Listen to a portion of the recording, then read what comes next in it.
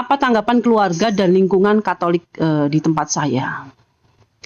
Awal mula ketika saya mengutarakan saya menjadi mu'alaf, ingin menjadi mu'alaf, itu saya kepada nenek saya, dan nenek saya reaksinya cukup keras ya. Nenek saya reaksinya cukup keras ya, karena beliau cukup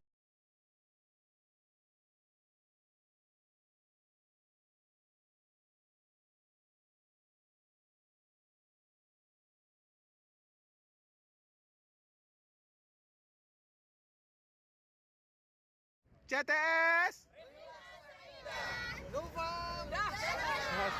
Mantap.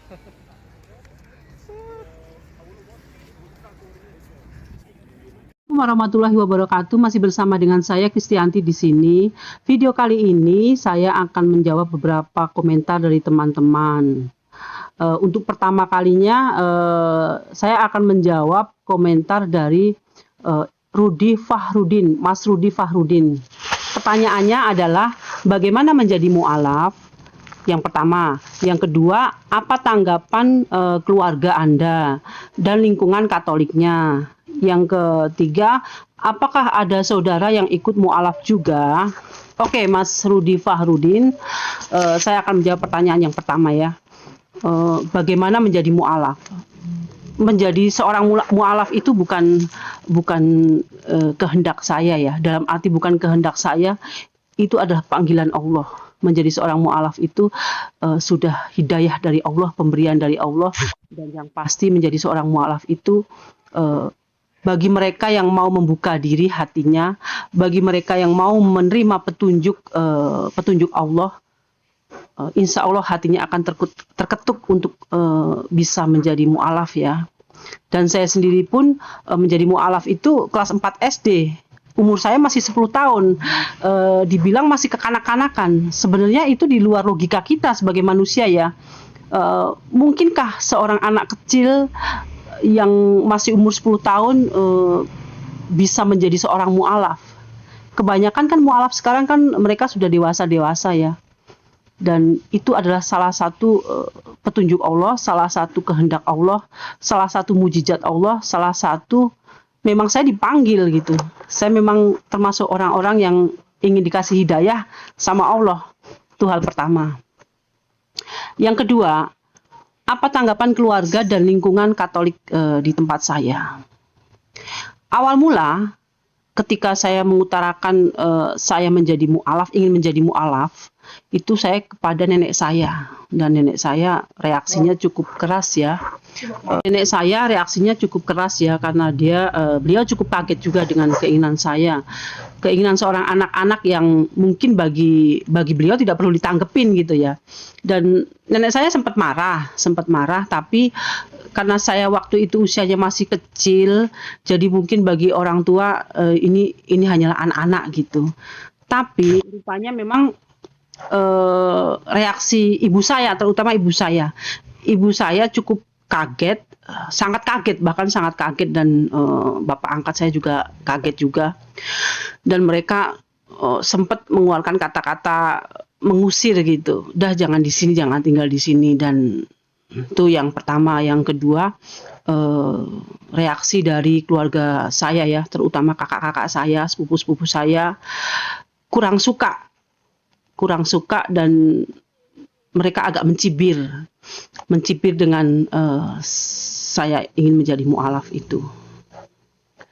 Oh ya teman-teman, kemudian saya membaca dari yang ketiga ya, apakah ada saudara-saudara yang ikut mu'alaf juga?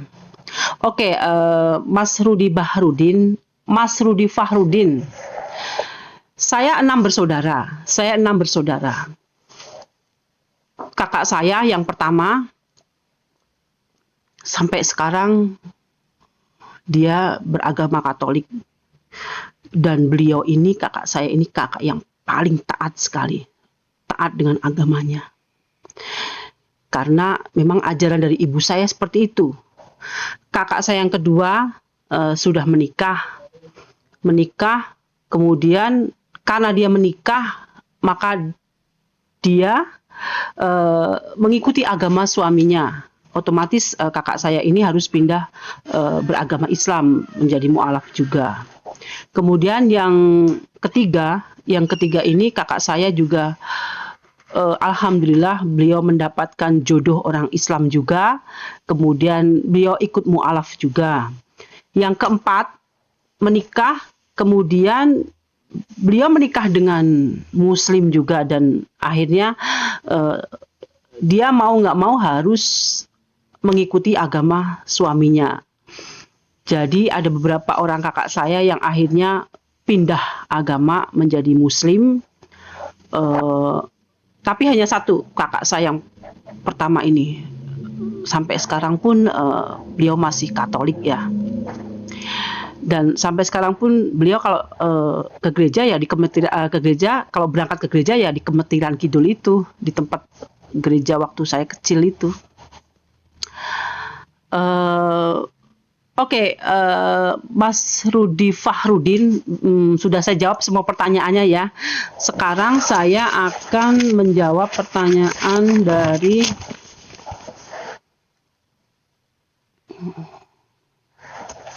Slamet Riono, Mas Slamet Riono. Oh iya, Mas Slamet Riono menanyakan tentang kitab suci orang Kristen, bukan Injil, katanya Bible atau apa ya tadi. Nah, Mas Slamet Riono, saya jawab pertanyaan Anda. Saya dari kecil, saya Katolik ya, Kristen Katolik gitu ya. Dan yang saya pelajari setahu saya ya kitab suci Injil. Itu yang saya pelajari dari agama saya waktu itu dan dari ibu saya. Dan pertanyaan yang selanjutnya dari Mas Hatukara Railubi.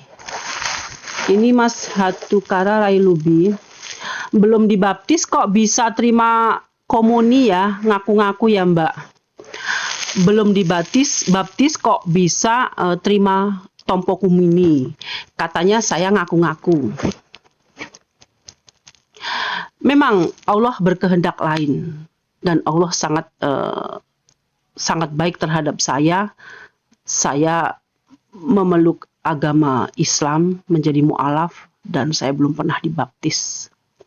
Padahal kesempatan itu sangat ada. Kalau memang ibu saya mau membaptis saya, sebenarnya kesempatan itu sangat banyak.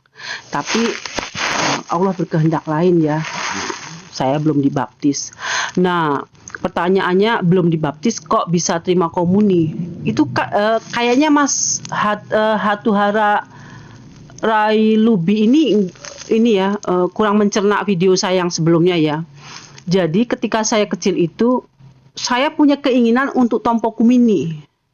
Wajarlah ketika saya melihat orang-orang di gereja itu menerima seperti menerima tompo kumini yang seperti permen tadi ya, bukan permen tapi seperti permen yang dikatakan inilah tubuh darah Yesus Kristus.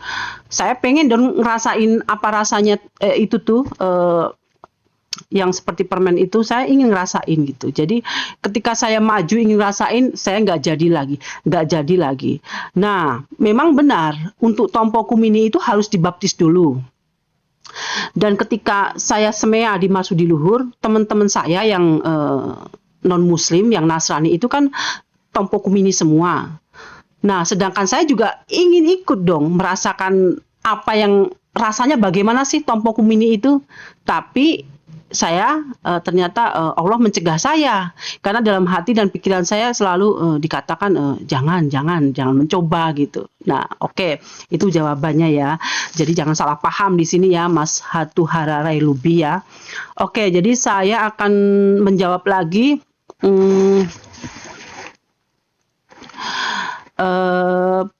pertanyaannya Mas Hatuhara Railubi lagi ya. Masih ada pertanyaan lagi. Masa ibumu bernama Yohanes? Mbak, Yohanes itu kan nama untuk laki-laki.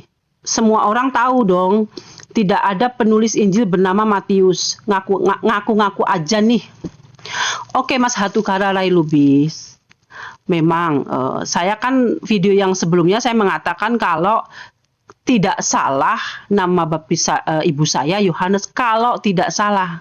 Kenapa saya bilang kalau tidak salah? Itu pun juga saya agak agak lupa ya. Semua saudara saya banyak yang udah dibaptis, tapi kan saya tidak menghafal satu persatu nama baptis mereka, ya kan?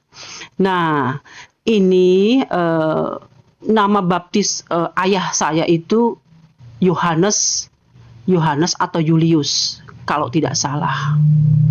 Saya juga kurang paham. Dalam arti kurang paham, saya juga tidak mau bertanya dan tidak mau tahu. Nah, saya ceritakan ini itu hanya seingat saya.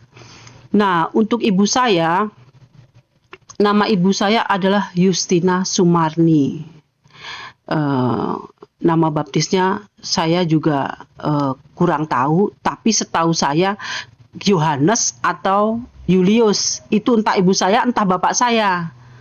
Saya justru hafal nama baptis saudara-saudara saya dibandingkan dengan ibu dan bapak angkat saya. Oke, itu jawaban dari saya ya. Pertanyaannya lagi dari Mas Hatuhara Railubi, tidak ada penulis Injil bernama Matius. Memang tidak ada. Dalam video saya sebelumnya kan saya bilang Matius, saya bilang salah, bukan Matius. Saya masih ingat Lukas, Yohanes,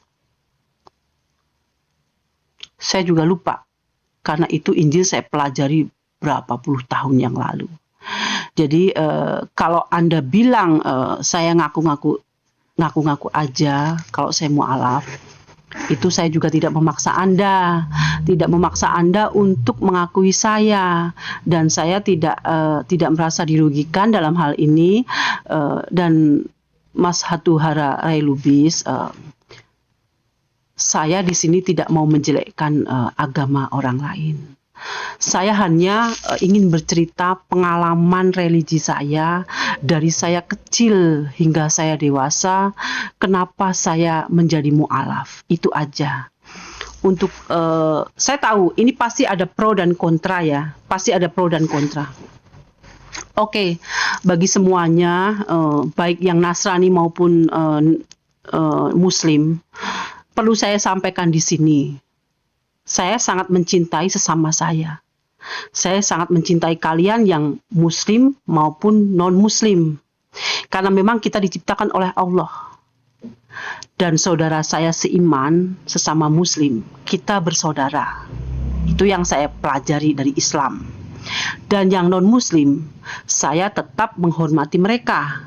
Menghormati mereka dalam konteks saya tidak melanggar prinsip akidah Islam saya.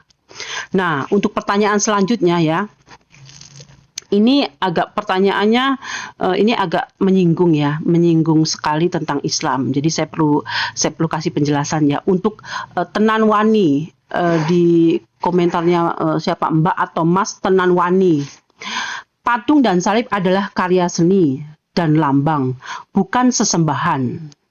Tidak ada ritual resmi kami hadap patung. Kalau Muslim kan harus hadap Ka'bah. Batu hitam 5 kali sehari. Itu sesembahan mereka. Ibunya namanya Yohanes. Wah, kacau banget, Mbak. Berarti Anda nggak tahu apa-apa tentang hal dasar Kristen. Mbak atau Mas Tenanwani, perlu saya sampaikan di sini ya. Memang di gereja itu salib hanyalah sebuah kayu ya. Kayu salib itu hanya sebuah kayu salib. Mungkin bisa dibilang karya seni, atau itu mungkin bisa dibilang lambang. Tapi perlu saya sampaikan di sini, kalau waktu kecil ibu saya mengajarkan menyembah Yesus Kristus. Nah, karena saya merasa saya ini bukan dibuat oleh Yesus. Saya dibentuk dan dilahirkan dari seorang rahim ibu. Dan yang membuat saya bukan Yesus, Allah. Makanya saya berpindah haluan. Saya menjadi mu'alaf. Karena inilah jalan hidup saya. Saya tidak bermaksud untuk menyinggung agama lain ya. Dan yang ini Mas Tenanwani atau Mbak Tenanwani ini salah besar kalau Anda katakan Muslim kan harus menghadap Ka'bah, batu hitam 5 kali sehari. Salah. Kita orang muslim itu sholat 5 kali sehari. Zuhur, asar, duhur, asar, kemudian maghrib, isya, dan subuh. Itu 5 kali sehari kita sholat. Kita diperintahkan untuk sholat dan itu wajib bagi yang muslim. Karena kita menyembah Allah Subhanahu wa Ta'ala dalam sehari 5 kali. Nah, untuk batu hitam, itu batu hitam bukan sesembahan kita bagi kaum muslim. Batu hitam itu hanyalah batu Hajar Aswad dari surga yang dibawa malaikat turun ke bumi. Itu sebenarnya batu hitam itu bukan sesembahan, itu adalah bentuk kekuasaan Allah. Makanya Mas Tenanwani atau Mbak Tenanwani ini, kalau Anda tidak mengenal Islam yang sebenarnya, kalau Anda tidak membaca Al-Quran, mendekati Islam yang sebenarnya, Anda tidak akan tahu dan Anda tidak akan paham. Nah, kemudian dia menganggap bahwa batu hitam itu adalah sesembahan kaum muslim. Saya katakan bukan. Dan Ka'bah adalah sesembahan kita muslim. Bukan. Ka'bah itu hanyalah petunjuk. Ka'bah itu hanyalah tempat arah kiblat kemana kita harus menghadap untuk sholat, untuk menghadap Allah. Jadi salah besar kalau Anda katakan Ka'bah sesembahan kami. Jadi Anda harus banyak belajar ya. Kalau saya rasa Anda harus banyak belajar. Nah, kemudian saya dibilang ibunya namanya Yohanes. Kan saya sudah katakan, saya kalau tidak salah nama baptis ibu saya Yohanes. Saya kan sudah bilang, kalau tidak salah. Karena saya juga tidak hafal satu persatu nama baptis keluarga saya. Yang saya tahu ya kakak-kakak saya, Veronica, Teresia, Francisca. Yang satunya lagi saya tidak hafal. Nah, untuk bapak saya, bapak angkat saya ini kalau tidak salah ya Yohanes atau Julius.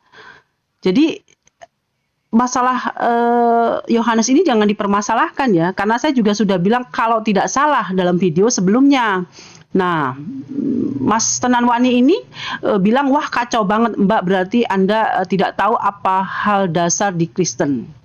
Oke, bisa dibilang saya tidak tahu dasar-dasar Kristen karena saya memang tidak tidak mendalami secara dari kecil hingga dewasa. Saya tidak mendalami selamanya sampai saya berumur sekian dan dewasa ini. Perlu saya sampaikan, saya hanya belajar Injil, kitab suci Injil pada saat saya memeluk agama yang sebelumnya. Kemudian saya sekolah di sekolah Kristen saya juga masih belajar Injil karena saya ingin mengenal Yesus. Saya ingin mengenal Yesus. Yesus itu siapa? Kalau kita sebagai manusia yang cerdas, manusia yang diberi akal, manusia yang diberi pikiran, kita pasti ingin tahu dong, siapa sih Yesus sebenarnya itu? Coba kalian belajar deh. Kalian belajar, buka semua buku-buku sejarah, Alkitab semua. Kalian belajar. Kalian cari tahu siapa Yesus itu sebenarnya. Silahkan kalian cari tahu ya. Jadi mohon maaf, saya tidak menjelekkan agama lain, saya tidak menjelekkan. Cuma inilah pengalaman religi saya, pengalaman masa kecil saya hingga saya dewasa, dan kemudian Allah membimbing saya untuk mendapat dan meraih hidayah Islam ini. Oke, untuk kali ini saya hanya menjawab beberapa pertanyaan tadi ya, video kali ini, dan perlu saya sampaikan di sini, teman-teman semua, saya tidak bermaksud menjelek-jelekkan agama saya yang lalu, karena memang bagian dari keluarga besar saya pun masih menganut agama Kristen maupun Katolik, dan saya sangat menghormati mereka. Dan saya selalu berdoa mudah-mudahan keluarga saya mendapatkan hidayah dari Allah ya. Karena tidak semua orang mendapatkan hidayah dari Allah. Tidak semua orang mendapatkan petunjuk dari Allah. Hanya orang-orang pilihan yang mendapatkan hidayah dari Allah. Hanya orang-orang yang mau membuka hati dan diri yang akan mendapatkan hidayah dari Allah. Cukup sekian saja video saya. Saya mohon maaf apabila saya salah. kita sama-sama bersaudara, kita pegang ukhuwah Islamiyah. Semoga Allah mematikan kita, mewafatkan kita dalam keadaan kita beriman kepada Allah Subhanahu wa taala. Assalamualaikum